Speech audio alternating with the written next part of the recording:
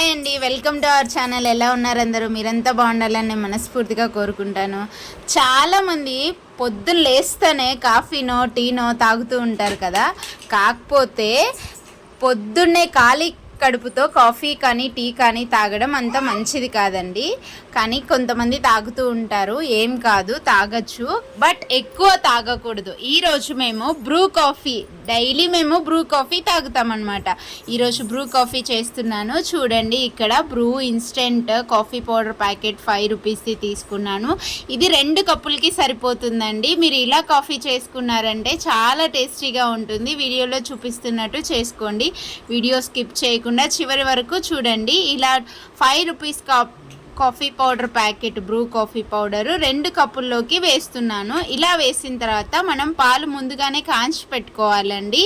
కాంచి పెట్టుకున్న పాలు ఈ coffee powder plus sugar add చేయాలి. షుగర్ ఒక కప్కి 1 స్పూన్ షుగర్ నేను ఇక్కడ యాడ్ చేస్తున్నాను. చూడండి, ఈ స్పూన్ షుగర్ యాడ్ చేస్తాను.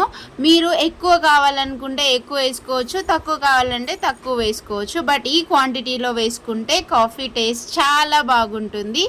చూడండి, పాలు కాగిపోయాయి. ఈ పాలు 2 కప్పుల్లోకి పోస్తున్నాను. ఇక్కడ 2 కప్పులు, నాకొకటి, మా ఆయనకొకటి. కాఫీ చాలా స్ట్రాంగ్గా తాగితే చాలా బాగుంటుంది. రోజుకు 1 కప్పు కాఫీ తాగడం మంచి అలవాటే, బట్ అంతకు మించి తీసుకున్నారంటే మన ఆరోగ్యానికి మంచిది కాదు.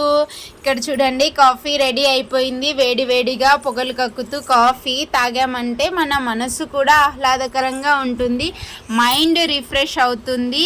అలాగే కాఫీలో ఉండే కెఫిన్ మన ఆరోగ్యానికి చాలా మంచిది, బట్ ఎక్కువ తీసుకున్నామంటే ఆరోగ్యానికి అస్సలు మంచిది కాదు. కాఫీ ఎక్కువ తీసుకున్నామంటే మనకి డీహైడ్రేషన్ వస్తుంది. కాబట్టి రోజుకు 1 కప్పు మాత్రమే తాగండి. ఇదండి ఈ వీడియో. మీకు నచ్చినట్లయితే లైక్ చేయండి, షేర్ చేయండి. మన ఛానల్ని ఫస్ట్ టైం చూస్తుంటే సబ్స్క్రైబ్ చేసుకోండి. Thanks for watching.